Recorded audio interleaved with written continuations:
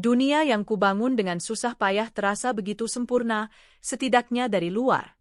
Aku, Anissa, adalah seorang wanita karir yang berhasil mendirikan perusahaan event organizer dari nol. Jadwal kerjaku padat, klienku datang dari kalangan atas, dan pundi-pundi rupiah mengalir deras ke rekeningku. Rumah mewah di kawasan elit Jakarta, 2 mobil Eropa yang terparkir di garasi, dan seorang putra tampan bernama Bima, berusia 7 tahun, adalah bingkai dari potret kehidupanku. Dan di tengah bingkai itu, ada suamiku, Rian, dan ibu mertuaku, Bu Ratmi. Rian adalah pria yang kunikahi 10 tahun lalu. Saat itu, dia hanyalah seorang staf junior di sebuah perusahaan kecil, sementara aku baru merintis usaha. Dia datang dari keluarga yang sangat sederhana, tinggal di sebuah rumah petak di gang sempit. Bu Ratmi, ibunya, adalah seorang janda yang sehari-hari berjualan gorengan di depan rumah. Aku jatuh cinta pada kesederhanaan dan tutur kata Rian yang lembut. Aku tidak peduli dengan latar belakangnya, bagiku, cinta sudah cukup. Setelah menikah, aku memboyong Rian dan ibunya untuk tinggal di rumahku. Awalnya semua terasa indah. Aku meminta Rian berhenti bekerja dan membantuku mengelola beberapa aspek bisnis, memberinya posisi manajer keuangan agar dia merasa memiliki peran. Aku juga memastikan Bu Ratmi hidup nyaman, tidak perlu lagi berpanas-panasan di depan wajan. Semua kebutuhannya, dari pakaian, makanan, hingga pengobatan rutin untuk penyakit rematiknya, aku yang menanggung. Aku tulus melakukan itu semua. Aku ingin mengangkat derajat pria yang kucintai dan keluarganya. Aku ingin mereka bahagia bersamaku. Namun, air susu dibalas dengan air tuba. Perlahan tapi pasti, aku mulai merasakan perubahan. Rian, yang dulu penuh perhatian, kini lebih sering sibuk dengan ponselnya, tersenyum sendiri membaca pesan yang tak pernah ia tunjukkan padaku. Dia menjadi lebih royal pada dirinya sendiri, membeli barang-barang bermerek yang bahkan aku sendiri jarang membelinya. Uang perusahaan yang kupercayakan padanya seringkali memiliki catatan pengeluaran yang janggal, namun setiap kali kutanya, jawabannya selalu berkelit, "Ini untuk kebutuhan operasional, sayang. Kamu tahu, entertain klien." Aku, yang terlalu sibuk dengan pengembangan bisnis, mencoba untuk percaya. Ibu mertuaku, Bu Ratmi, transformasinya lebih mengerikan. Dari seorang wanita tua yang bersahaja, ia berubah menjadi nyonya besar yang haus pamer. Setiap arisan, ia selalu memamerkan perhiasan dan tas yang kubelikan, namun dengan narasi seolah-olah itu semua adalah hasil jerih payah putranya. Di belakangku, aku sering mendengar dari asisten rumah tangga bahwa Bu Ratmi kerap menjelek-jelekanku. Anissa itu sibuk kerja terus, kasihan Rian jadi kurang perhatian. Untung anakku sabar, begitu katanya pada tetangga.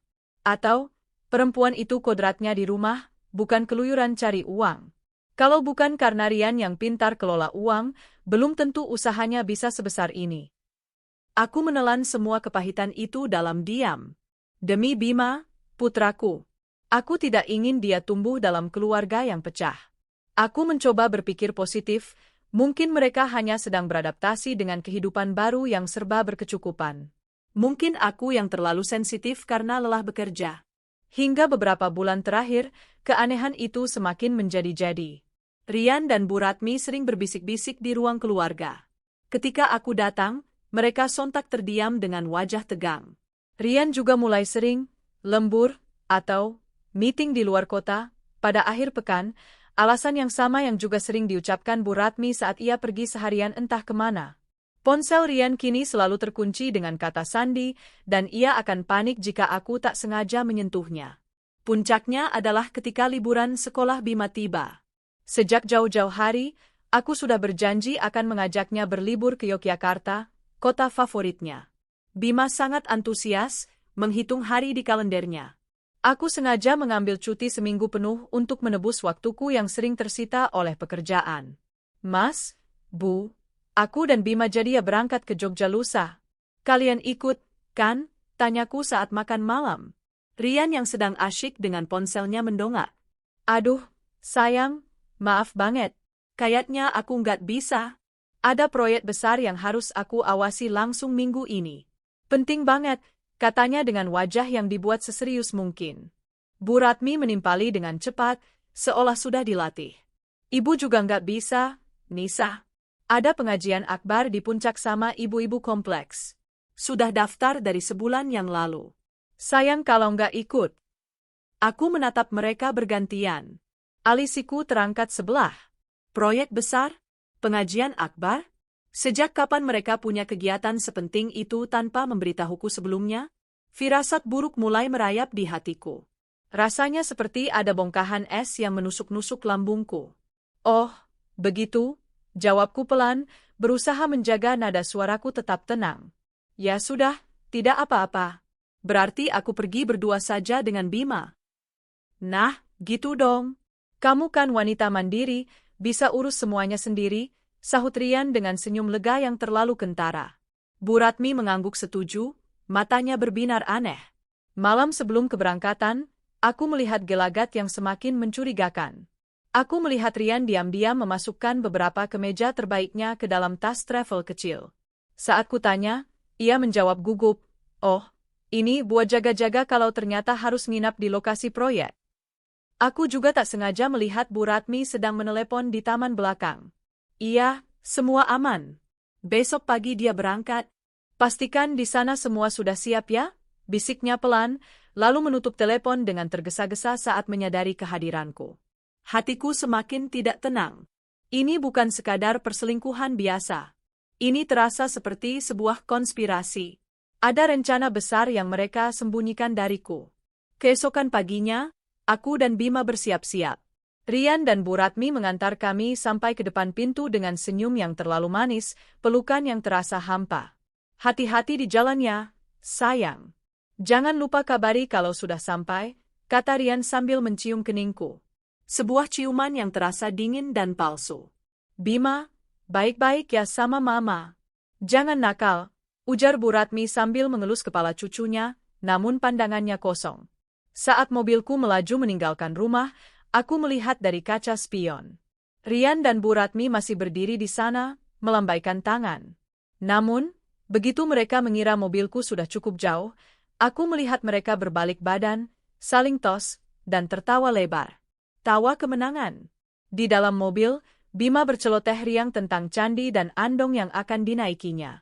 Aku tersenyum padanya, membelai rambutnya dengan sayang. Namun di dalam hati, badai sedang bergemuruh. Firasatku mengatakan bahwa kepergianku ke Jogja ini adalah sebuah umpan. Mereka sengaja membiarkanku pergi agar mereka bisa leluasa menjalankan rencana busuk mereka. Aku tidak bodoh.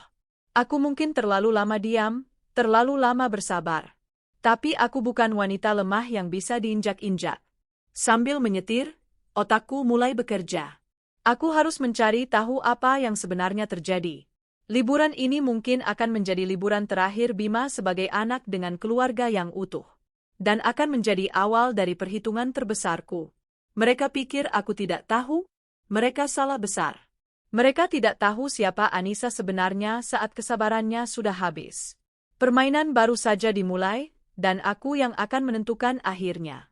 Yogyakarta menyambutku dan Bima dengan keramahannya yang khas. Udara yang lebih sejuk dan ritme kota yang lebih lambat seharusnya bisa menjadi penawar lelahku. Kami menginap di sebuah resor mewah di pinggiran kota, dengan pemandangan langsung ke sawah yang hijau membentang. Bima sangat bahagia. Dia berenang, berlarian di taman, dan tidak henti-hentinya bercerita tentang semua hal yang ingin dia lakukan. Melihat tawa riangnya adalah satu-satunya hal yang membuatku mampu menekan gejolak amarah dan kecurigaan di dalam dadaku. Hari pertama kami habiskan untuk menyenangkan Bima. Kami mengunjungi Candi Prambanan, naik andong di Malioboro, dan makan malam lesehan sambil menikmati suasana kota. Aku berusaha menjadi ibu yang seutuhnya, memberikan perhatianku 100% padanya. Aku tertawa bersamanya, berfoto dengannya, dan menjawab semua pertanyaan polosnya. Namun, di setiap jeda, pikiranku kembali ke Jakarta. Apa yang sedang dilakukan Rian dan Bu Ratmi di rumah? Proyek besar dan pengajian akbar macam apa yang membuat mereka begitu gembira saat aku pergi? Aku sengaja tidak menelepon mereka. Aku ingin melihat apakah mereka punya inisiatif untuk menghubungiku atau menanyakan kabar putranya. Hingga malam tiba, ponselku tetap sunyi. Tidak ada satupun panggilan atau pesan dari suamiku. Seolah-olah aku dan Bima tidak pernah ada. Ini semakin menguatkan dugaanku bahwa ada sesuatu yang sangat salah. Malam itu, setelah Bima tertidur pulas dengan wajah lelah namun bahagia, aku duduk sendirian di balkon kamar. Ditemani secangkir teh jahe hangat, aku menatap langit malam Jogja yang bertabur bintang. Pikiranku berkecamuk. Selama ini aku telah memberikan segalanya, cintaku, waktuku, dan tentu saja, hasil jerih payahku. Aku tidak pernah meminta banyak, hanya kesetiaan dan kejujuran. Apakah itu terlalu sulit untuk mereka berikan? Aku teringat kembali bagaimana aku membangun bisnisku. Aku memulainya dari sebuah garasi kecil, hanya dengan satu laptop bekas dan mimpi yang besar. Aku bekerja siang dan malam, seringkali mengorbankan waktu tidurku. Aku menghadapi penolakan, diremehkan, bahkan ditipu. Tapi aku tidak pernah menyerah. Dan ketika aku berhasil, aku ingin berbagi kesuksesan itu dengan orang yang kucintai. Ironisnya, orang-orang yang paling kunikmatkan hasil kesuksesanku justru adalah orang-orang yang kini menusukku dari belakang. Di tengah lamunanku, ponselku bergetar. Sebuah nomor tak dikenal muncul di layar. Biasanya aku akan mengabaikannya, tapi kali ini, sebuah insting mendorongku untuk menjawab. Halo, sapaku dengan suara serak. Apakah ini dengan Ibu Anissa, istri dari Bapak Rian? Tanya sebuah suara wanita di seberang sana. Suaranya terdengar ragu-ragu dan sedikit bergetar. Jantungku berdebar kencang. Iya, benar. Ini siapa, ya? Terdengar helaan napas panjang dari seberang. Maaf, Bu, saya tidak bisa menyebutkan nama saya. Anggap saja saya orang yang tidak suka melihat kezaliman. Saya hanya ingin memberitahu Ibu, kalau suami Ibu, Bapak Rian, besok akan menikah lagi. Darahku seolah berhenti mengalir. Napasku tercekat di tenggorokan. Menikah lagi? Jadi ini rencana busuk mereka? Ini, proyek besar, yang Rian maksud? Menikah? Anda jangan mengada-ada, kataku, berusaha terdengar tegar, meskipun tanganku sudah gemetar hebat. Saya tidak mengada-ada, Bu. Dia akan menikah siri dengan seorang wanita bernama Laras. Acara ijab kabulnya akan dilangsungkan besok siang, jam 11, di rumah orang tua Laras di daerah Sentul. Ibu mertua ibu juga ada di sana, ikut membantu persiapan. Setiap kata dari wanita itu bagaikan belati yang menghunjam jantungku. Sentul. Jadi, meeting di luar kota, dan pengajian di puncak, adalah kebohongan yang telah mereka koordinasikan. Mereka pikir aku bodoh. Mereka pikir aku akan selamanya terbuai dalam liburan palsu ini sementara mereka merayakan pengkhianatan mereka. Kenapa Anda memberitahu saya? Tanyaku, suaraku kini bergetar tak terkendali. Karena saya tidak tega, Bu. Laras itu sepupu saya. Dia dan keluarganya diiming-imingi kekayaan oleh suami ibu. Mereka bilang ibu mandul karena hanya punya satu anak, dan suami ibu butuh penerus. Mereka bilang suami ibu adalah pengusaha sukses, pemilik semua aset yang ibu miliki. Dan mereka bilang ibu sudah setuju untuk dipoligami secara diam-diam, jelas wanita itu panjang lebar. Amarahku mendidih hingga ke ubun-ubun. Mandul? Setuju dipoligami? Kebohongan macam apa lagi yang mereka ciptakan untuk memuluskan jalan mereka? Mereka tidak hanya mengkhianatiku, tapi juga memutarbalikkan fakta dan merendahkan martabatku. Mereka juga bilang, mahar pernikahan besok adalah sebuah mobil Alphard putih dan uang tunai 100 juta rupiah, tambah wanita itu.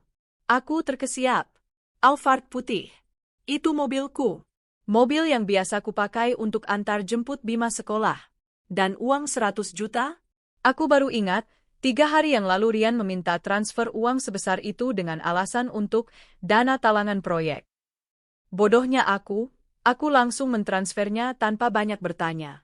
Jadi, uang hasil keringatku, mobil yang kubeli dengan jerih payahku, akan mereka gunakan sebagai mahar untuk menikahi perempuan lain? Ini bukan lagi pengkhianatan. Ini adalah perampokan. Terima kasih atas informasinya, kataku dengan suara dingin yang bahkan mengejutkan diriku sendiri. Rasa sakit di hatiku telah berubah menjadi sesuatu yang lain. Sesuatu yang lebih keras, lebih tajam, dan lebih berbahaya, sebuah tekad untuk membalas. Sama-sama, Bu.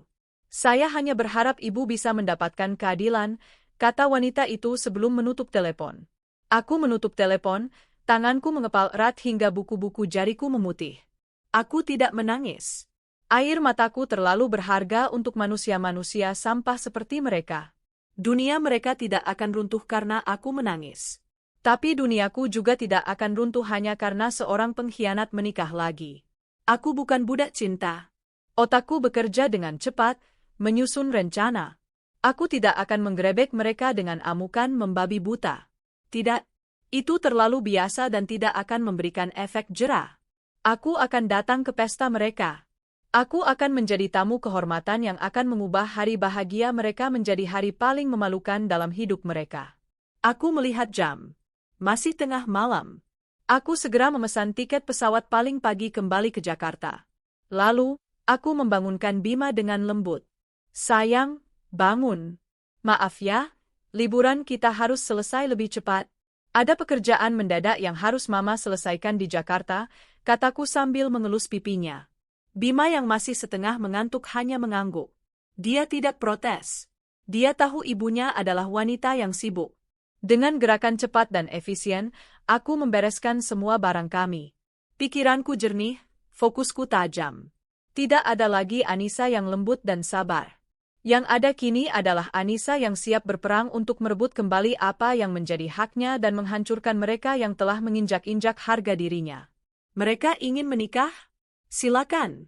Tapi mereka akan menikah tanpa mahar, tanpa uang, dan tanpa martabat. Aku akan datang sebagai tamu tak diundang. Dan aku akan mengambil kembali semuanya, di depan mata mereka, di depan keluarga baru mereka, dan di depan semua tamu undangan. Besok bukan hanya akan menjadi hari pernikahan mereka, tapi juga hari kehancuran mereka. Dan aku akan menikmatinya. Perjalanan dari Yogyakarta ke Jakarta terasa seperti sebuah perjalanan menuju medan perang. Di dalam pesawat, sementara Bima tertidur di sampingku, aku mematangkan rencanaku. Aku tidak menghubungi siapapun. Tidak teman, tidak pengacara. Ini adalah pertarungan personal, dan aku akan menyelesaikannya dengan caraku sendiri. Aku ingin melihat wajah mereka saat topeng kebahagiaan palsu mereka kurembut paksa. Setibanya di Jakarta, aku tidak langsung pulang. Aku menitipkan Bima pada adikku, memintanya untuk menjaga Bima seharian dengan alasan aku ada rapat darurat. Dengan klien penting. Aku tidak ingin putraku menyaksikan drama menjijikkan ini. Setelah memastikan Bima aman, aku menyewa sebuah mobil dan melaju menuju Sentul. Alamat yang diberikan oleh informan misterius itu sudah kusimpan di GPS. Jantungku berdebar kencang, bukan karena takut atau sedih, tapi karena adrenalin. Ini adalah momen penentuan. Momen di mana aku akan membalikkan keadaan. Aku mengenakan gaun terusan berwarna merah menyala, warna yang melambangkan keberanian dan kemarahan. Wajahku kupoles dengan riasan yang tegas, menyembunyikan semua jejak kelelahan dan menyiratkan aura kekuasaan. Aku ingin mereka melihatku sebagai ratu yang datang untuk mengambil kembali kerajaannya, bukan sebagai istri yang tersakiti. Semakin dekat dengan lokasi, aku melihat tanda-tanda sebuah hajatan. Janur kuning melengkung di mulut gang. Beberapa mobil terparkir di pinggir jalan. Rumahnya tidak terlalu besar, khas rumah di perkampungan, namun sudah dihias dengan tenda dan kursi-kursi yang ditata seadanya. Terlihat norak dan memaksakan diri. Sangat kontras dengan pesta-pesta mewah yang biasa kuorganisir. Dan di sana, di depan rumah itu, terparkir mobil Alphard putihku. Bersih, mengkilap, dengan hiasan pita bunga murahan di bagian depannya. Sungguh pemandangan yang menyakitkan sekaligus menggelikan. Mereka memajang hasil keringatku sebagai trofi kemenangan mereka. Aku memarkir mobil sewaanku agak jauh, lalu berjalan kaki dengan anggun menuju lokasi. Jam di tanganku menunjukkan pukul 11:05. Waktu yang sempurna. Aku melangkah masuk ke dalam tenda. Suasananya cukup ramai. Beberapa tamu undangan sudah duduk, mayoritas adalah tetangga sekitar yang terlihat berbisik-bisik sambil menatap ke arah pelaminan sederhana di dalam rumah. Musik dangdut koplo diputar dengan volume yang memekakkan telinga. Tidak ada yang mengenalku. Aku adalah wajah asing di antara mereka. Dengan langkah tenang, aku masuk ke dalam rumah. Di ruang tengah, pelaminan itu berada. Sepasang kursi yang dibungkus kain emas dengan latar belakang hiasan bunga kertas warna-warni. Di sanalah mereka duduk. Rian, suamiku, tampak gagah mengenakan setelan jas putih dan peci. Wajahnya tegang, keringat membasahi pelipisnya, namun ia berusaha tersenyum.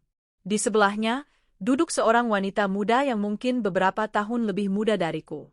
Wajahnya dipoles riasan tebal, gaun pengantinnya terlalu banyak payet, membuatnya terlihat murahan. Dialah Laras, si pelakor.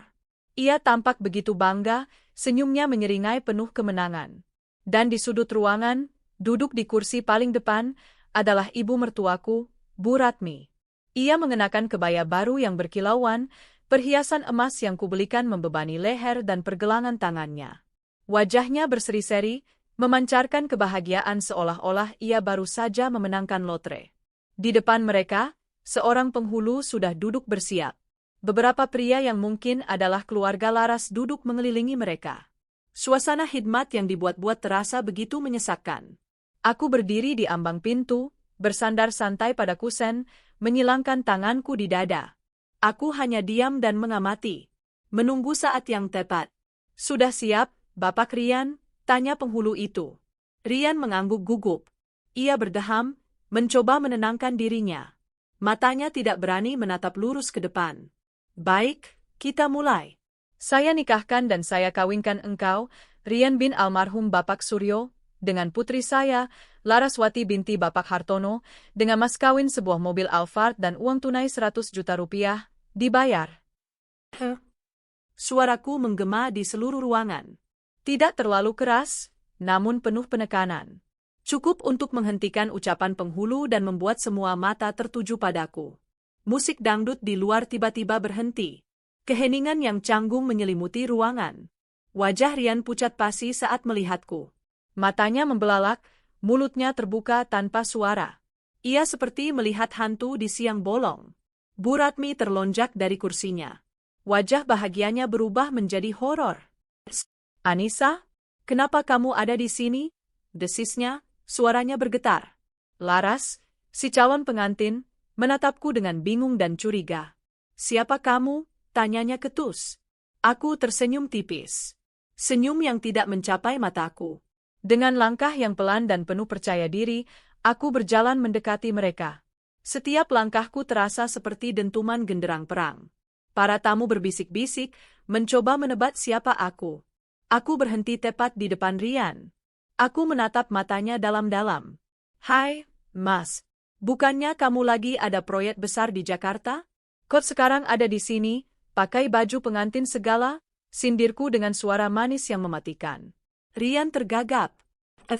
Ini tidak seperti yang kamu pikirkan. Aku bisa jelaskan. Jelaskan?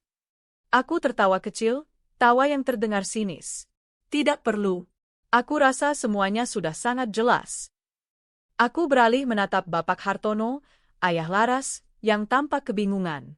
Maaf, Bapak. Sepertinya ada kesalahan informasi mengenai mahar pernikahan putri Anda.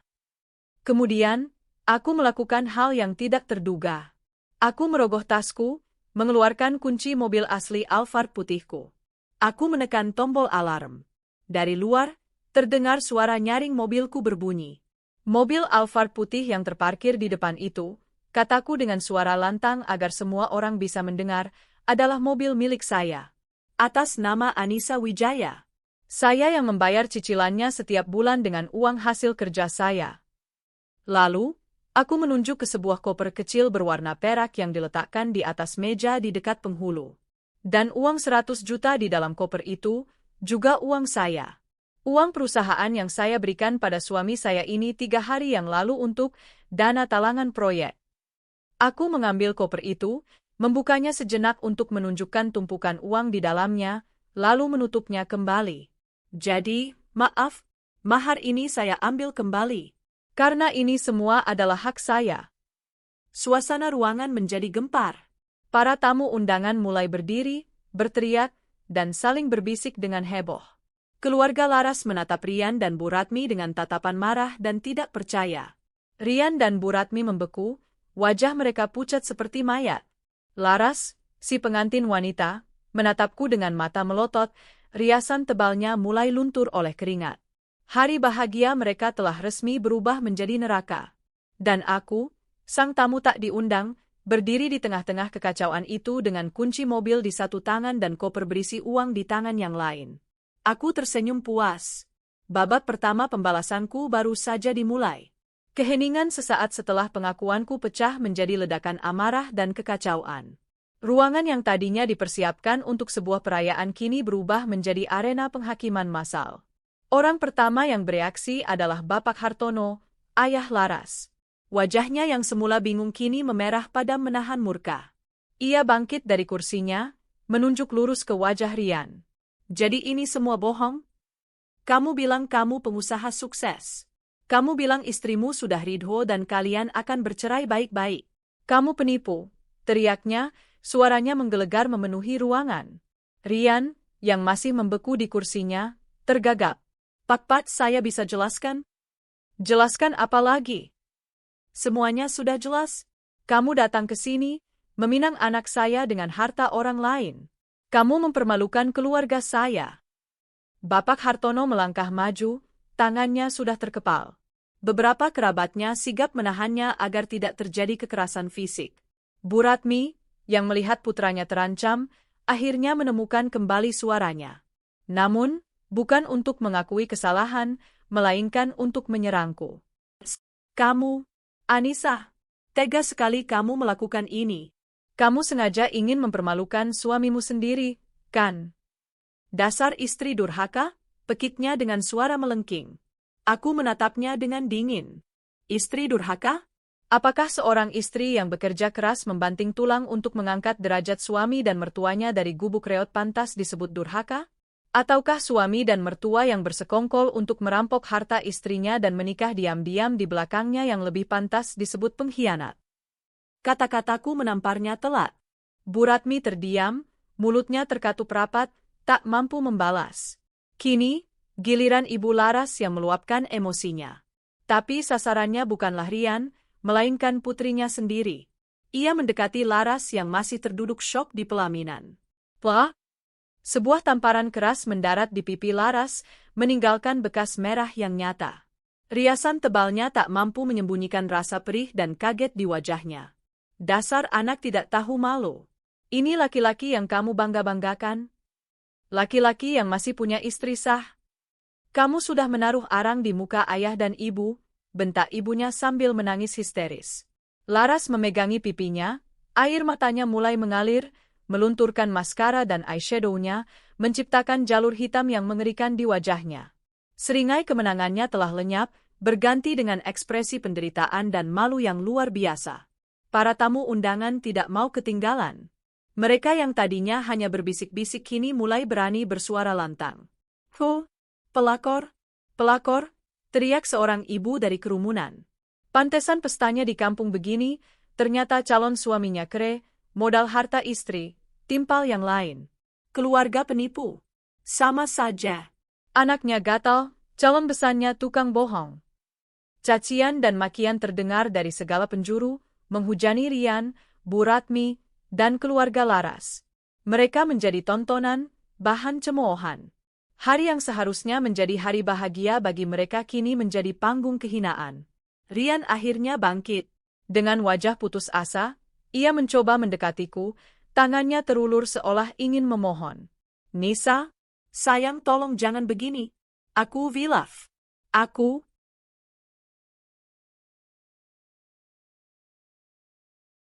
Mohon, kita bicarakan ini baik-baik di rumah, rengeknya, mencoba meraih tanganku yang memegang koper. Aku mundur selangkah, menghindari sentuhannya seolah itu adalah kotoran paling menjijikkan. Rumah? Rumah siapa yang kamu maksud? Rumahku? Jangan bermimpi, Mas. Mulai detik ini, kamu dan ibumu tidak punya hak lagi untuk menginjakkan kaki di rumah itu. Dan jangan panggil aku, sayang. Panggilan itu terdengar seperti racun keluar dari mulut seorang pengkhianat sepertimu. Aku menatap mereka semua satu persatu. Rian yang memelas, Bu Ratmi yang penuh kebencian, Laras yang menangis terseduh-seduh, dan keluarganya yang diliputi amarah. Kalian pikir aku akan hancur melihat pernikahan ini? Kalian pikir duniaku akan runtuh? Aku tertawa sinis. Kalian salah besar. Duniaku tidak akan runtuh hanya karena seorang benalu parasit sepertimu pergi dari hidupku. Aku bukan budak cinta. Kamu berani berkhianat, maka kamu sudah kehilangan segalanya. Aku datang ke sini bukan untuk merusak pernikahanmu, lanjutku dengan suara yang lantang dan jelas. Aku datang hanya untuk mengambil kembali apa yang menjadi hakku. Mobilku, dan uangku. Aku mengangkat kunci mobil dan koper di tanganku. Silakan, lanjutkan saja pernikahannya kalau kalian mau. Tapi tanpa mahar dariku. Mungkin kalian bisa menggantinya dengan janji-janji palsu, sama seperti kebohongan yang selama ini kalian bangun. Setelah mengucapkan kalimat terakhir yang menusuk itu, aku berbalik badan. Aku tidak perlu lagi membuang-buang waktuku di tempat ini. Dengan kepala tegak dan langkah yang mantap, aku berjalan keluar dari rumah itu, melewati kerumunan tamu yang menatapku dengan campuran rasa kagum dan kasihan. Aku tidak menoleh ke belakang. Aku bisa mendengar teriakan frustrasi Rian dan tangisan histeris Bu Ratmi di belakangku, namun itu semua terdengar seperti musik kemenangan di telingaku. Setibanya di depan, aku berjalan menuju Alphard putihku. Dengan sengaja, aku merobek pita bunga murahan yang menempel di kap mobil dan melemparkannya ke tanah. Aku masuk ke dalam mobil, meletakkan koper berisi uangku di kursi penumpang. Aku menyalakan mesin, dan sebelum benar-benar pergi, aku membunyikan klakson panjang-panjang. Sebuah salam perpisahan yang ironis untuk pesta pernikahan yang hancur lebur. Melalui kaca spion, aku melihat pemandangan terakhir yang begitu memuaskan. Rian dan Bu Ratmi yang baru saja berlari keluar dari rumah, menatap kepergianku dengan wajah putus asa. Mereka kini terlantar, tanpa uang, tanpa kendaraan, dan harus menghadapi amukan keluarga pelakor yang merasa telah ditipu mentah-mentah. Aku tersenyum. Ini bukan akhir. Ini adalah awal dari kehidupanku yang baru. Kehidupan tanpa pengkhianat. Aku melajukan mobilku meninggalkan gang sempit itu, menuju babak baru yang akan kupenuhi dengan kebahagiaan dan kesuksesan, sementara mereka kubiarkan terperosok dalam kehancuran yang mereka ciptakan sendiri. Aku mengemudikan mobilku menjauh dari Sentul dengan perasaan yang campur aduk, namun didominasi oleh kelegaan yang luar biasa. Beban berat yang selama ini menekan pundakku seolah terangkat. Tidak ada air mata, tidak ada penyesalan. Yang ada hanyalah rasa puas yang membuncah. Aku telah mengambil kembali kendali atas hidupku. Tujuanku bukan rumah. Rumah itu masih menyimpan terlalu banyak kenangan pahit yang perlu kubersihkan nanti. Tujuanku adalah pusat perbelanjaan paling mewah di Jakarta. Koper berisi 100 juta rupiah di kursi sebelahku seolah memanggil untuk dinikmati. Uang ini, yang tadinya akan digunakan untuk membeli seorang istri baru bagi pengkhianat itu, kini akan kugunakan untuk merayakan kebebasanku. Aku memarkir Alphard putihku dengan gagah di lobi utama mall. Aku melangkah masuk, gaun merahku dan aura percaya diriku membuat beberapa pasang mata menoleh. Aku tersenyum. Biarkan mereka melihat. Biarkan dunia tahu bahwa seorang Anissa Wijaya tidak akan pernah bisa dihancurkan. Aku memulai pesta kemenangan pribadiku. Aku masuk ke butik desainer ternama, tempat yang biasanya hanya kulihat dari luar karena Rian selalu mengeluh harganya terlalu mahal, padahal dia tidak pernah berkontribusi sepeser pun. Hari ini, aku tidak peduli dengan label harga. Aku membeli gaun-gaun indah, tas-tas mewah, dan sepatu-sepatu hak tinggi yang elegan. Setiap barang yang kubeli adalah simbol dari belenggu yang telah kulepaskan. Kemudian, aku pergi ke toko perhiasan. Aku menatap pantulan diriku di cermin etalase. Aku melihat seorang wanita kuat yang telah melalui badai.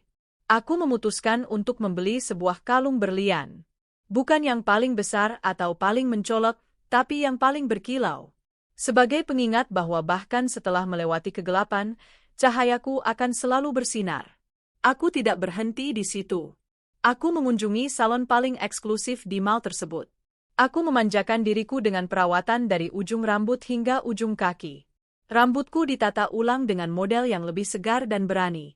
Pijatan lembut di tubuhku seolah melepaskan sisa-sisa ketegangan.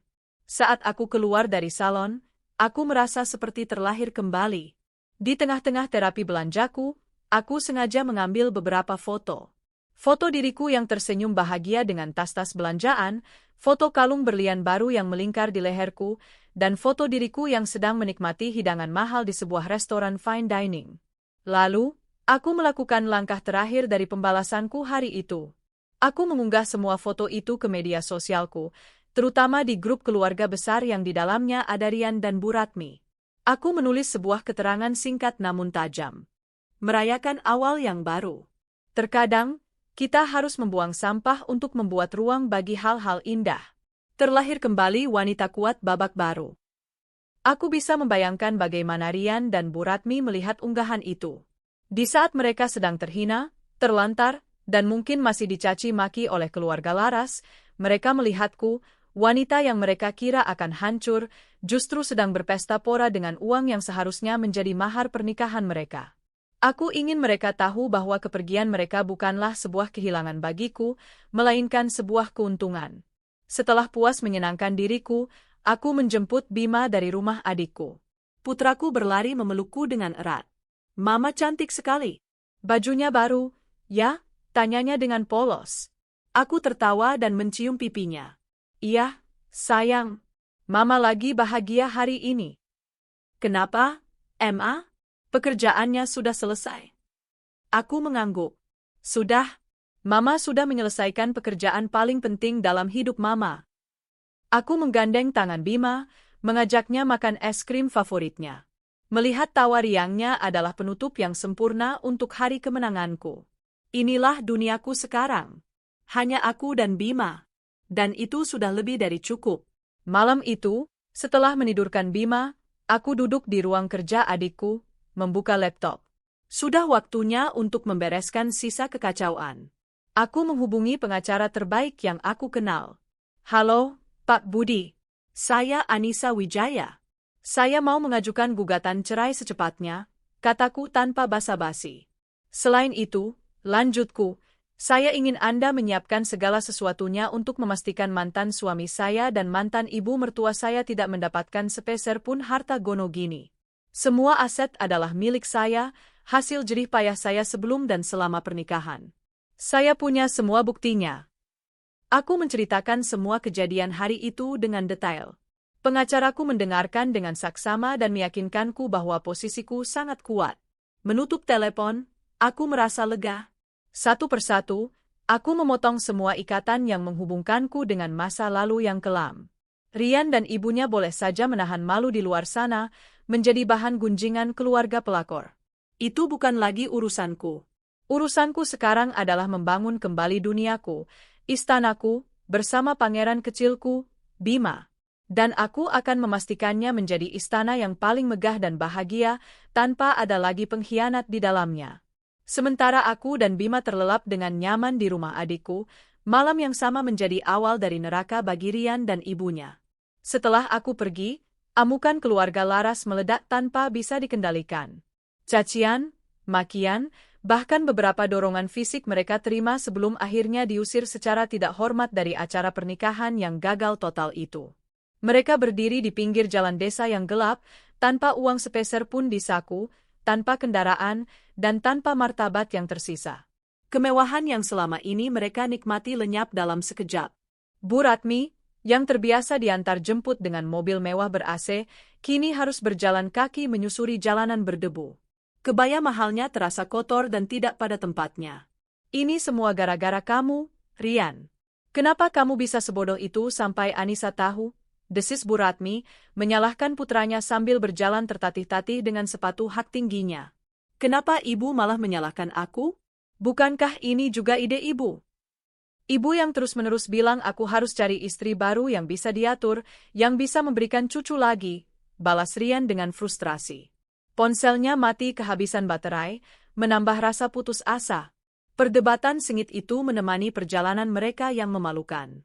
Setelah bertanya ke sana kemari, mereka akhirnya berhasil menemukan ojek yang mau mengantar mereka ke terminal bus terdekat dengan jaminan akan dibayar nanti, sebuah janji kosong. Perjalanan dengan bus ekonomi menuju Jakarta terasa seperti siksaan. Mereka, yang terbiasa dengan kenyamanan, kini harus berdesakan di tengah panas dan pengap, menjadi tontonan penumpang lain yang menatap aneh pada pakaian pesta mereka yang lusuh. Menjelang subuh, mereka akhirnya tiba di depan gerbang kompleks perumahan mewahku. Dengan sisa-sisa tenaga, mereka berjalan menuju rumah yang selama ini mereka anggap milik mereka. Namun, Sebuah kejutan pahit sudah menanti. Maaf, Bapak, Ibu, tidak bisa masuk, kata seorang satpam yang berjaga, menghentikan langkah mereka. Apa maksudmu tidak bisa masuk? Ini rumah saya, bentak Rian, mencoba mendorong satpam itu. Maaf, Pak. Saya hanya menjalankan perintah dari Ibu Anissa. Mulai hari ini, Bapak Rian dan Ibu Ratmi sudah tidak diizinkan lagi untuk masuk ke dalam rumah ini. Kunci gerbang dan pintu juga sudah diganti, jelas satpam itu dengan tegas namun sopan. Dunia Rian dan Bu Ratmi seakan runtuh untuk kedua kalinya dalam waktu kurang dari 24 jam. Mereka terusir dari satu-satunya tempat yang bisa mereka tuju. Kemarahan, penghinaan, dan keputusasaan bercampur menjadi satu. Mereka tidak punya pilihan lain. Dengan langkah gontai, mereka meninggalkan kompleks perumahan itu. Tujuan mereka berikutnya adalah sebuah tempat yang sudah lama sekali tidak mereka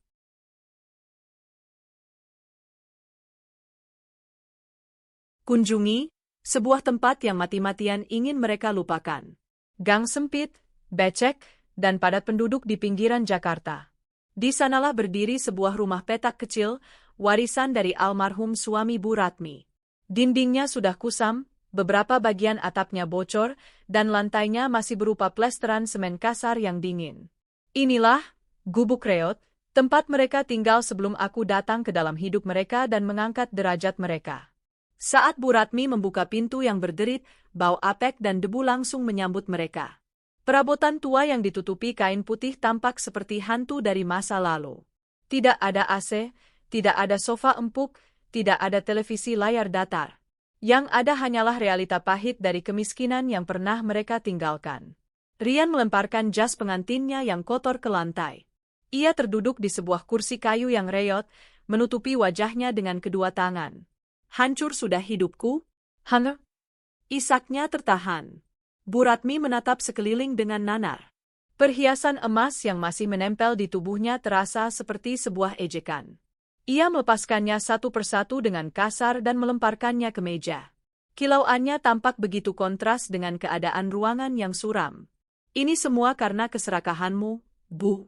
Kalau saja ibu tidak terus menuntut, kalau saja ibu bisa bersyukur. Lirih Rian di sela isak tangisnya. Menyalahkanku lagi. Kamu yang tidak bisa tegas sebagai laki-laki. Kamu yang lemah. Lihat sekarang. Kita kembali ke neraka ini. Balas Bu Ratmi, tak mau kalah. Malam itu, di dalam gubuk reot dengan lantai dingin, mereka tidak tidur. Mereka menghabiskan waktu dengan saling menyalahkan, meratapi nasib, dan dihantui oleh bayangan kemewahan yang telah hilang. Mereka akhirnya mengerti arti dari neraka dunia. Neraka yang mereka ciptakan sendiri dengan pengkhianatan dan keserakahan mereka. Sementara itu, di belahan kota yang lain, aku memulai mimpiku untuk pagi yang baru, pagi yang cerah tanpa ada lagi benalu dalam hidupku. Sinar matahari pagi menembus celah gorden di kamar adikku, Rina, membangunkan aku dari tidur paling nyenyak yang pernah kurasakan dalam beberapa tahun terakhir. Tidak ada lagi rasa cemas yang menghantui, tidak ada lagi firasat buruk yang mengendap di dasar hati. Untuk pertama kalinya, aku terbangun dengan perasaan ringan seolah sebuah beban seberat gunung telah diangkat dari pundakku. Aku meregangkan tubuh di atas kasur yang nyaman, menghirup udara pagi yang terasa begitu segar dan penuh harapan. Semalam, aku telah meruntuhkan panggung sandiwara mereka. Hari ini, aku akan mulai membangun istanaku sendiri, di atas puing-puing pengkhianatan mereka. Di belahan kota yang lain, di sebuah gang sempit yang becek dan berbau selokan, pagi datang dengan cara yang sama sekali berbeda. Sinar matahari yang sama, yang terasa hangat di pipiku, justru terasa menyengat dan mengejek bagi Rian dan Bu Ratmi. Mereka terbangun bukan karena kehangatan mentari, melainkan karena suara berisik dari tetangga yang memulai aktivitas dan dinginnya lantai semen yang merambati tulang mereka. Mereka tidak tidur semalaman. Mata mereka bengkak, bukan hanya karena kurang tidur, tapi juga karena tangisan frustrasi dan amarah yang tak berkesudahan. Debu-debu beterbangan di dalam rumah petak yang pengap itu setiap kali salah satu dari mereka bergerak, membuat mereka terbatuk. Kemewahan yang kemarin masih mereka genggam kini terasa seperti mimpi yang sangat jauh. Realita pahit kemiskinan menyambut mereka dengan kejam. Bu Ratmi menatap tangannya yang kosong, tak ada lagi gelang emas berkilauan yang biasa ia pamerkan. Rian menatap pantulan dirinya di kaca jendela yang kotor, bukan lagi sosok pengusaha necis yang ia lihat, melainkan seorang pecundang dengan pakaian pengantin yang sudah kotor dan kumal. Aku bangkit dari tempat tidur dan berjalan ke dapur. Aroma kopi yang diseduh Rina menyambutku. Adikku itu tersenyum hangat saat melihatku. Pagi, Kat. Tidurmu nyenyak? Sangat nyenyak, Rin. Rasanya seperti baru keluar dari penjara, jawabku sambil mengambil cangkir. Kami duduk di meja makan, menikmati keheningan pagi yang nyaman. Rina menatapku lekat-lekat, ada kekaguman di matanya. Aku masih tidak percaya kau melakukan semua itu, Kak. Kau benar-benar luar biasa. Aku bangga sekali padamu. Aku tersenyum tipis. Aku hanya melakukan apa yang harus kulakukan, Rin.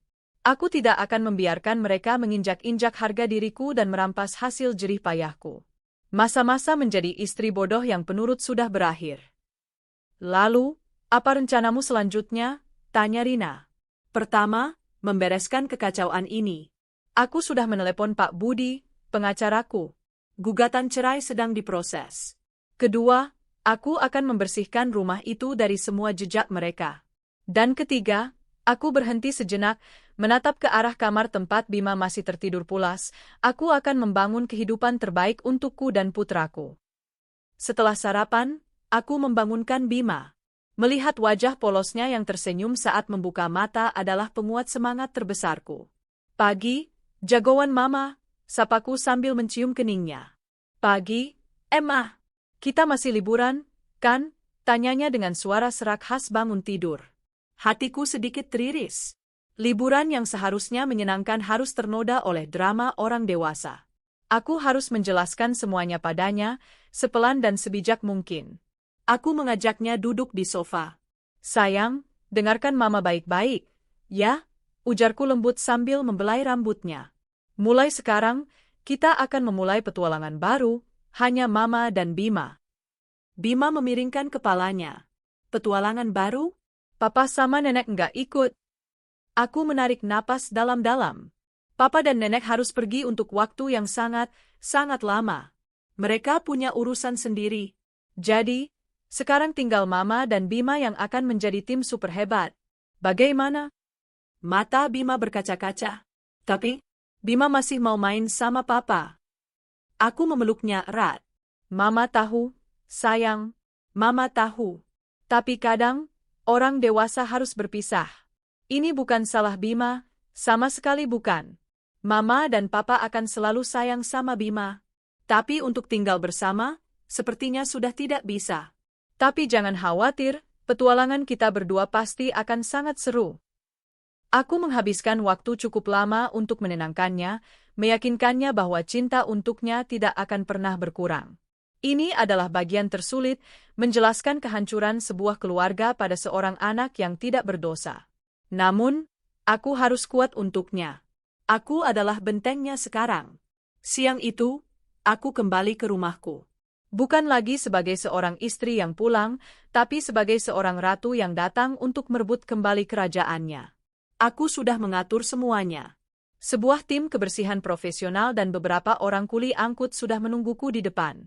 Selamat siang, Bu Anissa, sapa mandor tim. Apa yang bisa kami bantu?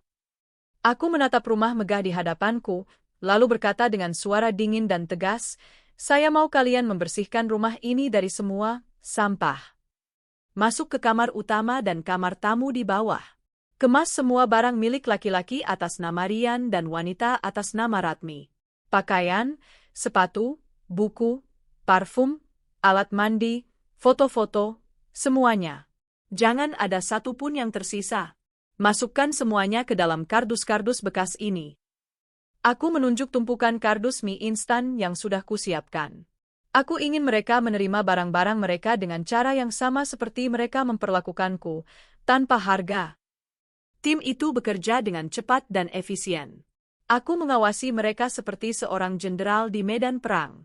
Aku masuk ke kamar utama yang pernah menjadi saksi bisu kehidupanku bersama Rian. Aroma parfumnya masih samar-samar tercium. Aku membuka lemari pakaiannya. Deretan kemeja mahal, jas-jas bermerek, dan sepatu kulit yang mengilap, semua kubeli dengan uangku, kini dikeluarkan dengan kasar dan dilemparkan ke dalam kardus. Aku melihat sebuah jam tangan mewah yang kuberikan sebagai hadiah ulang tahun terakhirnya. Tanpa ragu, aku mengambilnya dan melemparkannya ke dalam kardus yang sama. Benda itu sudah kehilangan nilainya di mataku. Kemudian, giliran kamar Bu Ratmi. Koleksi daster mahalnya, mukena sutra, tas-tas KW super yang selalu ia pamerkan, semua bernasib sama. Aku bahkan menemukan beberapa perhiasanku yang hilang terselip di lacinya. Dasar pencuri. Aku mengambil kembali perhiasanku dan membiarkan sisanya dikemas. Saat proses pembersihan itu berlangsung, aku menelepon Pak Budi. Pak, gugatannya sudah masuk? Bagus. Sekarang, saya akan mengirimkan semua barang milik mereka ke alamat lama mereka. Tolong catat alamatnya. Aku mendiktekan alamat gubuk reot itu. Pastikan surat panggilan sidang juga dikirim ke alamat itu. Aku tidak mau mereka punya alasan untuk tidak datang. 2 jam kemudian, rumahku terasa lebih lapang dan bersih. Tumpukan kardus kumal yang berisi kenangan pahit itu sudah diangkut oleh sebuah mobil bak terbuka yang butut. Aku membayar sopirnya dan memberinya alamat tujuan. Antar sampai depan pintunya, ya, Pak. Pastikan semua orang di gang itu melihatnya. Setelah mobil itu pergi, aku menghela napas panjang. Babak pertama pembersihan telah selesai. Sekarang, saatnya mengubah istana ini sesuai seleraku. Aku langsung menghubungi desainer interior. Halo, Mbak. Saya mau kamar tidur utama saya dirombak total. Buang semua perabotannya. Saya mau tema yang baru. Tema seorang ratu. Di gang sempit pinggiran Jakarta, kedatangan mobil bak terbuka yang membawa tumpukan kardus dekil menjadi tontonan gratis bagi para warga. Rian dan Bu Ratmi, yang sedang meratapi nasib di dalam rumah, terkejut mendengar keributan di luar. Saat mereka membuka pintu, pemandangan yang menyambut mereka adalah sebuah penghinaan yang tak terkira. Barang-barang mewah mereka, simbol status mereka, kini teronggok di depan pintu rumah mereka yang reot, disaksikan oleh puluhan pasang mata tetangga yang berbisik-bisik dan menahan tawa. Itu kan bajunya si Rian? Yang katanya jadi direktur. Lihat, itu piring-piringnya Bu Ratmi yang suka dipamerin. Kok sekarang dibuang pakai kardus mie? Kayaknya diusir beneran sama istrinya yang kaya itu. Makanya, jadi orang jangan sombong. Cemoohan itu terdengar jelas, menusuk telinga Rian dan Bu Ratmi. Dengan wajah merah padam menahan malu, mereka terpaksa mengangkuti kardus-kardus itu masuk ke dalam rumah mereka yang sudah sempit. Setiap barang yang mereka keluarkan terasa seperti tamparan. Kemeja sutra yang kontras dengan lantai semen yang pecah-pecah. Parfum mahal yang aromanya bercampur dengan bau apek ruangan. Semua terasa salah tempat. Lihat ini, Rian. Lihat. Semua hasil jerih payah kita dibuang seperti sampah. Raung Bu Ratmi sambil menangis histeris, memeluk koleksi piringnya. Jerih payah ibu? Ini semua milik Anissa. Kita tidak punya apa-apa, bentak Rian, menendang salah satu kardus hingga isinya berhamburan. Keputusasaan membuatnya kalap. Di tengah kekacauan itu, seorang kurir datang, menyerahkan 2 amplop coklat. Itu adalah surat panggilan sidang cerai. Rian merobek amplopnya dengan kasar. Matanya membelalak membaca tuntutan Anissa. Cerai dengan hak asuh anak jatuh sepenuhnya padanya, dan Rian tidak mendapatkan hak atas harta Gonogini sepeser pun karena semua aset terbukti milik Anissa sebelum dan selama pernikahan. Tidak bisa. Ini tidak bisa dibiarkan. Aku akan menuntut hakku. Setengah dari kekayaannya adalah milikku, teriak Rian. Bu Ratmi, yang tadinya menangis, kini matanya menyiratkan kelicikan. Benar, Nak. Jangan mau kalah. Lawan dia. Kita cari pengacara. Kita buat hidupnya menderita. Namun, mereka segera sadar akan satu masalah besar, mereka tidak punya uang. Pengacara butuh biaya. Jangankan untuk pengacara, untuk makan besok saja mereka tidak tahu harus bagaimana. Bu Ratmi mencoba menjual salah satu gelang emas terakhirnya ke toko emas di pasar. Namun, pemilik toko yang melihat penampilannya yang putus asa menawarnya dengan harga yang sangat rendah. Dengan terpaksa, ia menerimanya. Uang itu hanya cukup untuk makan beberapa minggu. Rian mencoba menghubungi teman-teman pestanya, orang-orang yang dulu selalu memujinya. Tak satu pun yang mengangkat teleponnya. Lingkaran pertemanannya, yang dibangun di atas pondasi kemewahan palsu, runtuh seketika saat kemewahan itu lenyap. Dia benar-benar sendirian. 1 minggu berlalu. Aku sudah kembali aktif di kantor PT Wijaya Gemilang. Para karyawan yang sudah mendengar desas-desus tentang masalah rumah tanggaku menatapku dengan campuran rasa penasaran dan kasihan. Aku membungkam mereka semua bukan dengan kata-kata, tapi dengan tindakan. Aku mengadakan rapat dewan direksi darurat. Aku berdiri di depan mereka semua, mengenakan setelan kerja yang tajam, dengan aura kepemimpinan yang lebih kuat dari sebelumnya. Selamat pagi semuanya, kataku dengan suara yang tenang namun penuh wibawa. Saya tahu ada banyak rumor yang beredar. Saya di sini untuk menegaskan satu hal, masalah pribadi saya tidak akan pernah memengaruhi kinerja perusahaan ini. Justru sebaliknya. Aku menampilkan presentasi di layar besar. Sebuah rencana ekspansi bisnis yang sangat ambisius. Membuka 2 cabang baru di luar pulau dan meluncurkan lini produk inovatif yang sudah lama kusimpan di laci. Para direksi terkesiap. Rencana itu berani dan berisiko, tetapi sangat brilian. Ini adalah era baru bagi Wijaya Gemilang, lanjutku. Era di mana kita akan bergerak lebih cepat, lebih besar, dan lebih kuat dari sebelumnya. Saya akan mencurahkan 100% energi saya untuk mewujudkan ini. Siapa yang bersama saya? Semangatku menular. Ruang rapat yang tadinya tegang kini dipenuhi dengan antusiasme. Mereka tidak lagi melihatku sebagai wanita yang dikhianati, tetapi sebagai seorang visioner yang tak terhentikan. Tepuk tangan membahana di seluruh ruangan. Dari sudut mata, aku melihat asisten pribadiku menatapku dengan berlinang air mata haru. Aku telah membuktikan kepada mereka semua, dan yang terpenting kepada diriku sendiri, bahwa aku lebih dari sekadar istri seseorang. Aku adalah Anissa Wijaya, seorang pemimpin. Bulan-bulan berikutnya adalah masa yang sibuk sekaligus membebaskan. Aku terjun total ke dalam pekerjaanku. Di sisi lain, proses perceraian berjalan alot. Sesuai dugaanku, Rian dan pengacara murahannya mencoba segala cara untuk mendapatkan bagian harta. Mereka menuduhku sebagai istri yang tidak patuh, terlalu sibuk bekerja, bahkan mencoba memutarbalikkan fakta seolah akulah yang berselingkuh. Aku hanya tertawa mendengarnya dari Pak Budi. Biarkan saja mereka menggonggong, Pak. Kita punya semua bukti. Rekaman CCTV, bukti transfer, saksi. Mereka hanya mempermalukan diri mereka sendiri. Dan benar saja. Di setiap persidangan, pihak Rian selalu gagal menunjukkan bukti.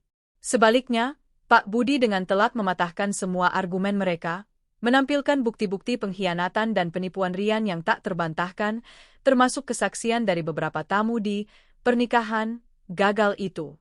Puncaknya adalah saat aku memutuskan untuk menghadapi mereka secara langsung untuk terakhir kalinya. Rian dan Bu Ratmi, dengan nekat, mencegatku di lobi kantor, menciptakan keributan. Wajah mereka tampak jauh lebih tua dan kuyu. Pakaian mereka pun seadanya. Aku tidak marah. Aku meminta keamanan untuk membawa mereka ke ruang rapat yang kosong. Di sana, tanpa ada siapa-siapa lagi, topeng mereka luruh. Nisa, aku mohon, cabut tuntutanmu. Rian bersujud di kakiku, sebuah pemandangan yang menyedihkan. Aku salah, aku hilaf. Kasihani aku, Nisa. Kasihani Bima. Dia butuh ayahnya. Bu Ratmi juga menangis, kali ini tangisan yang tampak tulus karena keputusasaan. Kami sudah tidak punya apa-apa, Nisa. Kami makan seadanya. Ibu salah, maafkan ibu. Aku menatap mereka berdua dengan dingin. Tidak ada lagi cinta, hanya rasa jijik dan kasihan yang samar. Kalian baru memikirkan Bima sekarang? Di mana kalian saat kalian bersekongkol untuk merampok haknya? Di mana kalian saat kalian meninggalkannya untuk mengejar nafsu kalian? Aku mengambil buku cek dari tasku. Aku menulis sejumlah nominal di sana. Tidak besar, tapi cukup untuk mereka memulai hidup baru yang sangat sederhana. Aku meletakkannya di atas meja. Ini bukan karena aku kasihan. Anggap saja ini pesangon karena telah membuang waktuku selama bertahun-tahun. Ambil uang ini, tanda tangani surat persetujuan cerai tanpa syarat, dan enyahlah dari hidupku dan hidup putraku selamanya. Kau boleh bertemu Bima, tapi dengan pengawasanku, sebulan sekali. Ini bukan negosiasi. Ini adalah perintah. Jika kalian menolak, aku pastikan kalian tidak akan mendapatkan 1 rupiah pun dan akan terus hidup seperti ini. Mata mereka berbinar melihat uang itu. Keserakahan mengalahkan harga diri. Dengan tangan gemetar, Rian mengambil pena dan menandatangani surat perjanjian yang sudah disiapkan Pak Budi. Itulah kali terakhir aku melihat mereka dengan jelas. Pertemuan itu menutup sebuah babak yang kelam dalam hidupku. 1 tahun kemudian, aku berdiri di balkon sebuah villa mewah di Bali, menatap matahari terbenam yang melukis langit dengan warna jingga dan ungu. Angin laut membelai wajahku. Di taman bawah, Bima sedang tertawa riang, bermain kejar-kejaran dengan Rina. PT Wijaya Gemilang telah berhasil meluncurkan 2 cabang barunya. Omzet perusahaan meningkat 3 kali lipat. Namaku terpampang di sampul majalah bisnis terkemuka dengan judul Sang Ratu Baja, Anissa Wijaya dan Kebangkitan Kerajaan Bisnisnya. Aku telah mencapai semua yang kuimpikan, bahkan lebih. Status janda yang dulu terdengar menakutkan, kini terasa seperti lencana kehormatan. Aku tidak lagi merasa kurang. Aku utuh. Aku lengkap dengan diriku sendiri dan putraku. Aku menemukan kebahagiaan bukan dari seorang pria, tapi dari pencapaianku, dari tawa putraku, dan dari kebebasan yang kuraih dengan susah payah. Aku mendengar kabar tentang Rian dari seorang teman lama. Dia mengambil uang pesangon itu, mencoba membuka usaha kecil namun gagal karena tidak punya kemampuan. Terakhir terdengar, dia bekerja sebagai sales mobil, terus-menerus di bawah tekanan target, wajahnya kuyu dan jauh dari citra gagah yang dulu ia banggakan. Bu Ratmi menghabiskan hari-harinya di gubuk reot itu, mengeluh tentang nasibnya kepada siapa saja yang mau mendengar, yang jumlahnya semakin sedikit dari hari ke hari. Laras, sang pelakor, kabarnya menjadi bahan gunjingan di desanya, sulit mendapatkan jodoh karena cap buruk yang melekat padanya. Mereka semua telah menerima karma mereka. Tapi jujur, aku sudah tidak peduli lagi. Energi mereka yang negatif sudah tidak punya tempat dalam duniaku yang cerah. Mama, lihat, aku bisa membuat istana pasir, teriak Bima dari bawah. Aku tersenyum, senyum yang tulus dari lubuk hati. Hebat, sayang. Mama turun sekarang. Aku melangkah menuruni tangga, menghampiri putraku, duniaku, harta karunku yang paling berharga. Kami akan membangun banyak istana pasir bersama, dan aku akan memastikan istana kehidupan kami yang sesungguhnya berdiri kokoh, indah, dan tak akan pernah bisa diruntuhkan oleh pengkhianat manapun. Aku bebas. Aku bahagia. Aku telah menang. 5 tahun kemudian, langit Jakarta berwarna keemasan saat senja turun, memantulkan cahayanya pada gedung-gedung pencakar langit yang menjulang angkuh. Dari jendela kantor di lantai 50 Wijaya Tower, aku memandang cakrawala kota yang sibuk. 5 tahun. Waktu terasa berlari begitu cepat, namun jejak yang ditinggalkannya begitu dalam dan nyata. Di tanganku, sebuah piala kristal terasa dingin dan berat. Penghargaan, CEO wanita paling berpengaruh di Asia Tenggara, yang baru saja kuterima dalam sebuah acara gala malam sebelumnya. Piala ini bukan sekadar simbol kesuksesan bisnis, ini adalah monumen dari perjalanan panjang yang telah kutempuh. PT Wijaya Gemilang, perusahaan yang kurintis dari nol, kini telah menjadi raksasa di industrinya, dengan cabang yang tersebar di 5 negara. Namaku, Anissa Wijaya, tidak lagi hanya dikenal di kalangan pebisnis, tapi juga sebagai seorang filantropis dan advokat bagi pemberdayaan perempuan melalui Yayasan Anissa Wijaya yang kudirikan. Yayasan ini memberikan beasiswa bagi gadis-gadis kurang mampu dan modal usaha bagi para ibu tunggal yang ingin mandiri. Ironisnya, rasa sakit dari pengkhianatan di masa lalu telah menjadi bahan bakar terkuat untukku membantu wanita lain agar tidak mengalami nasib serupa, agar mereka tahu bahwa nilai mereka tidak ditentukan oleh seorang pria. Sudah mau pulang? Suara yang sedikit pecah khas remaja laki-laki membuyarkan lamunanku. Aku berbalik dan tersenyum. Bima berdiri di ambang pintu ruanganku, tingginya sudah hampir menyamaiku. Di usianya yang menginjak 12 tahun, ia tumbuh menjadi remaja yang tampan, cerdas, dan yang terpenting, memiliki hati yang baik. Ia mengenakan seragam basket sekolahnya, bola diapit di lengannya.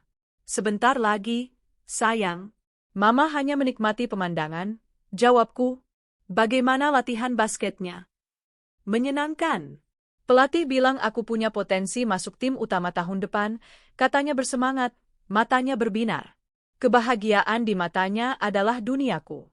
Melihatnya tumbuh tanpa bayang-bayang drama masa lalu adalah kemenangan terbesarku. Kami berjalan keluar dari gedung kantor yang megah itu, bergandengan tangan. Ini sudah menjadi rutinitas kami. Bima sering menungguku selesai bekerja setelah ia pulang sekolah atau latihan. Tim super hebat, begitu kami masih menyebut diri kami. Dalam perjalanan pulang, saat mobil melaju tenang membelah kemacetan Jakarta, sebuah nama muncul di layar radio yang sedang menyiarkan berita kriminal. Polisi berhasil menangkap seorang pria berinisial R yang diduga terlibat dalam sindikat penipuan investasi bodong. Tersangka R, yang sebelumnya pernah bekerja sebagai tenaga penjual mobil, menjanjikan keuntungan besar kepada para korbannya. Jantungku berhenti berdetak sejenak. Inisial R, mantan tenaga penjual mobil. Aku tahu siapa dia. Bima yang sedang asyik dengan ponselnya sepertinya tidak memperhatikan. Aku segera mengganti saluran radio, berusaha agar suasana hatiku tidak rusak. Namun, berita itu membuka sebuah kotak kenangan yang sudah lama kututup rapat. Rian, apa kabarnya dia sekarang? Uang pesangon yang kuberikan 5 tahun lalu ternyata tidak mampu mengubah nasibnya, karena masalah utamanya bukanlah kekurangan uang, melainkan karakter yang cacat. Setelah gagal berbisnis, menjadi sales mobil, ia terjerumus lebih dalam. Jalan pintas selalu menjadi pilihannya. Aku pernah mendengar dari seorang kenalan bahwa ia terlilit utang pinjaman online, dikejar-kejar penagih utang, dan hidupnya berantakan. Berita di radio tadi adalah konfirmasi dari kejatuhannya yang paling dalam. Dia tidak hanya kehilangan harta dan keluarga, tapi juga kebebasannya. Dia memilih jalannya sendiri, jalan yang membawanya ke balik jeruji besi. Tidak ada rasa puas di hatiku, hanya kehampaan dan rasa kasihan yang sekilas. Dia adalah pelajaran pahit tentang bagaimana keserakahan dan ketidakjujuran bisa menghancurkan seorang manusia hingga tak bersisa. Kunjungi sebuah tempat yang mati-matian ingin mereka lupakan. Gang sempit, becek, dan padat penduduk di pinggiran Jakarta. Di sanalah berdiri sebuah rumah petak kecil, warisan dari almarhum suami Bu Ratmi. Dindingnya sudah kusam, beberapa bagian atapnya bocor, dan lantainya masih berupa plesteran semen kasar yang dingin. Inilah Gubuk Reot, tempat mereka tinggal sebelum aku datang ke dalam hidup mereka dan mengangkat derajat mereka. Saat Bu Ratmi membuka pintu yang berderit, bau apek dan debu langsung menyambut mereka. Perabotan tua yang ditutupi kain putih tampak seperti hantu dari masa lalu. Tidak ada AC, tidak ada sofa empuk, tidak ada televisi layar datar. Yang ada hanyalah realita pahit dari kemiskinan yang pernah mereka tinggalkan. Rian melemparkan jas pengantinnya yang kotor ke lantai. Ia terduduk di sebuah kursi kayu yang reot, menutupi wajahnya dengan kedua tangan. Hancur sudah hidupku? Hanga? Isaknya tertahan. Bu Ratmi menatap sekeliling dengan nanar. Perhiasan emas yang masih menempel di tubuhnya terasa seperti sebuah ejekan. Ia melepaskannya satu persatu dengan kasar dan melemparkannya ke meja. Kilauannya tampak begitu kontras dengan keadaan ruangan yang suram. Ini semua karena keserakahanmu, Bu. Kalau saja ibu tidak terus menuntut, kalau saja ibu bisa bersyukur. Lirih Rian disela isak tangisnya. Menyalahkanku lagi. Kamu yang tidak bisa tegas sebagai laki-laki. Kamu yang lemah. Lihat sekarang. Kita kembali ke neraka ini, balas Bu Ratmi, tak mau kalah.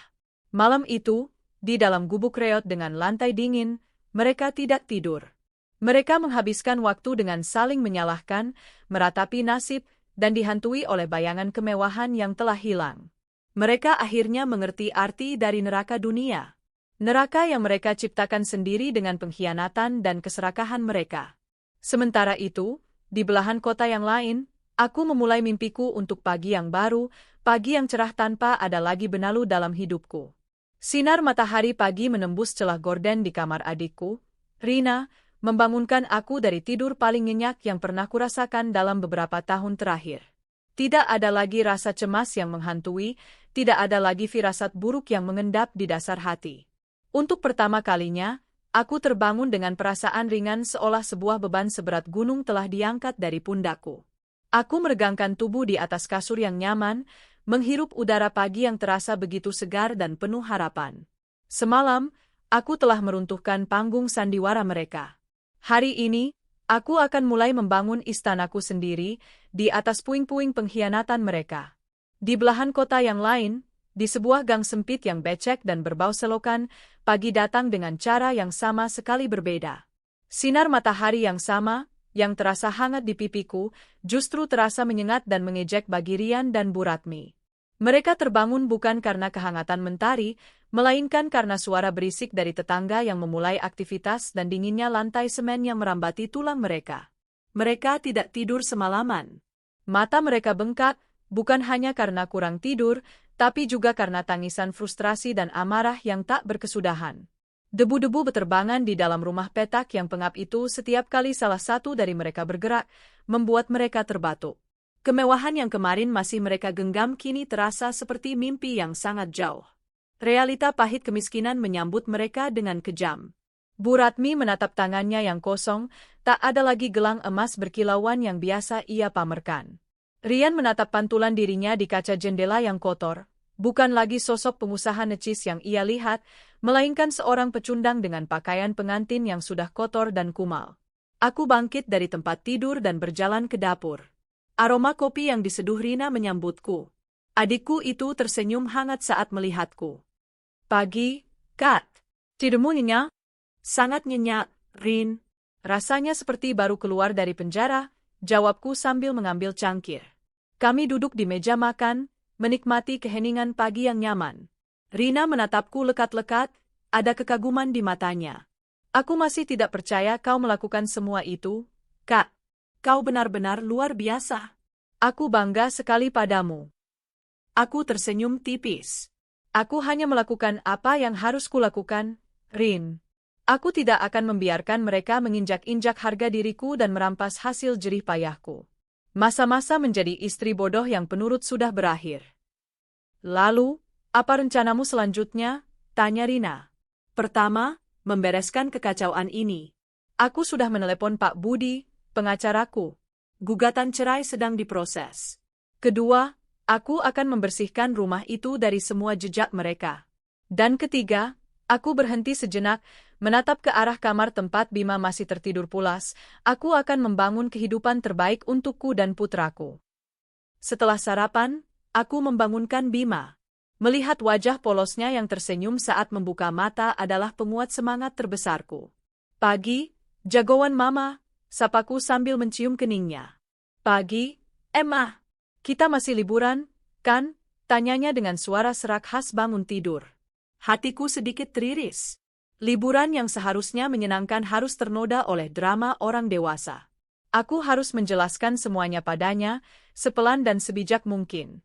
Aku mengajaknya duduk di sofa. Sayang, dengarkan mama baik-baik. Ya, ujarku lembut sambil membelai rambutnya. Mulai sekarang, kita akan memulai petualangan baru, hanya mama dan Bima. Bima memiringkan kepalanya. Petualangan baru? Papa sama nenek enggak ikut. Aku menarik napas dalam-dalam. Papa dan nenek harus pergi untuk waktu yang sangat lama. Mereka punya urusan sendiri. Jadi, sekarang tinggal Mama dan Bima yang akan menjadi tim super hebat. Bagaimana? Mata Bima berkaca-kaca. Tapi, Bima masih mau main sama Papa. Aku memeluknya erat. Mama tahu, sayang. Mama tahu. Tapi kadang, orang dewasa harus berpisah. Ini bukan salah Bima, sama sekali bukan. Mama dan Papa akan selalu sayang sama Bima. Tapi untuk tinggal bersama, sepertinya sudah tidak bisa. Tapi jangan khawatir, petualangan kita berdua pasti akan sangat seru.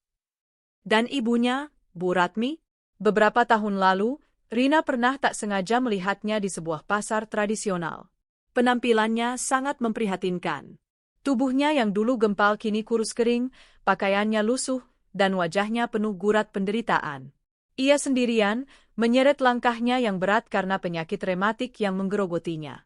Tidak ada lagi kilau emas, tidak ada lagi kesombongan di matanya, yang ada hanya tatapan kosong.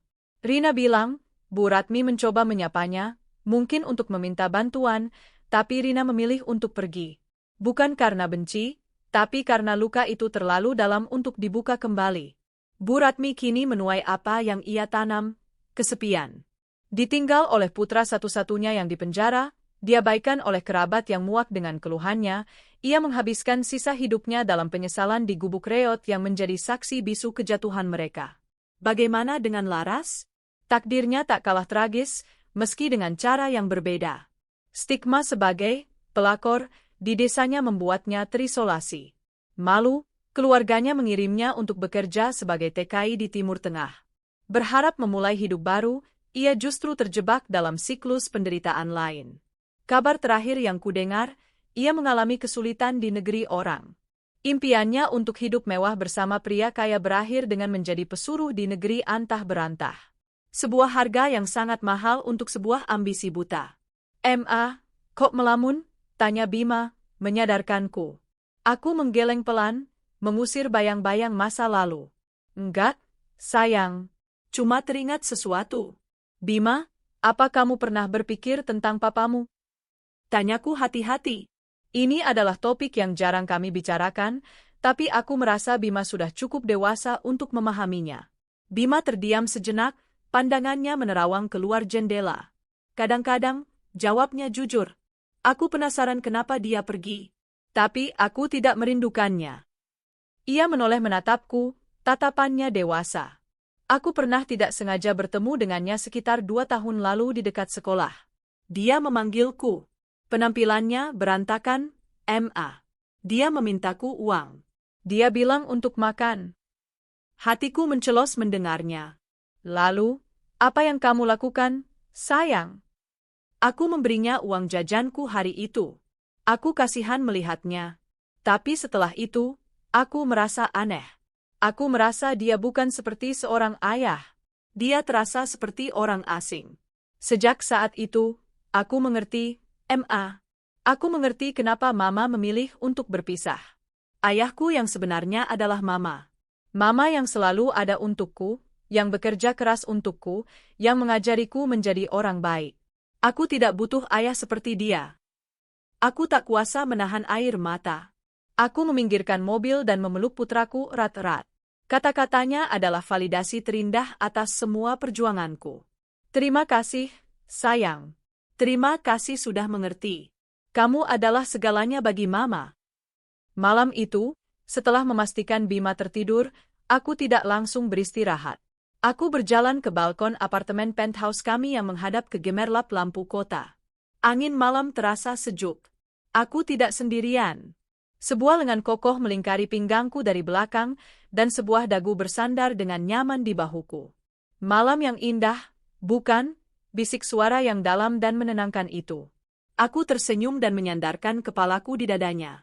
Sangat indah, Ardian, seorang arsitek brilian yang kutemui 2 tahun lalu saat ia merancang desain untuk kantor cabang baruku di Singapura. Dia adalah pria yang tenang, dewasa, dan cerdas. Dia tidak terintimidasi oleh kesuksesanku, sebaliknya, dia mengaguminya. Dia tidak mencoba untuk melengkapiku, karena dia tahu aku sudah utuh. Dia datang ke dalam hidupku sebagai seorang partner, seorang sahabat, seorang kekasih yang menghargai ruang dan kemandirianku. Yang terpenting, dia tulus menyayangi Bima. Dia tidak mencoba menggantikan posisi seorang ayah, tapi dia hadir sebagai seorang teman dan panutan yang baik. Bima sangat menyukainya, mereka sering menghabiskan waktu bermain catur atau mendiskusikan desain gedung. Apa yang sedang kau pikirkan, Ratu Baja? Godanya, menggunakan julukan yang diberikan media padaku. Hanya merefleksikan perjalanan hidup, jawabku lirih.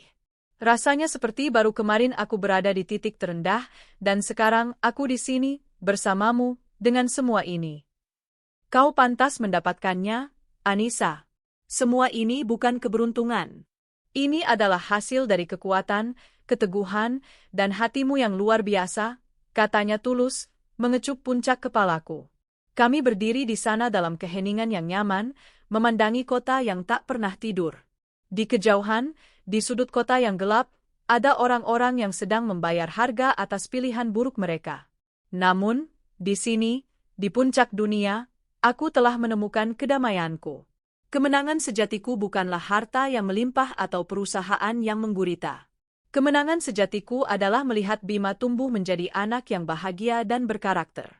Kemenangan sejatiku adalah mampu membuka hatiku kembali untuk cinta yang tulus dan setara.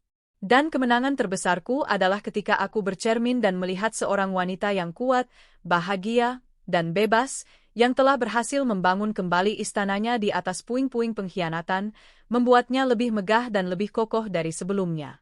Aku memejamkan mata, merasakan rasa syukur yang meluap di dada. Duniaku tidak runtuh. Justru, dari keruntuhan itu, aku membangun sebuah semesta baru yang jauh lebih indah. Aku adalah Anissa Wijaya. Dan ini adalah akhir bahagia yang kutulis sendiri.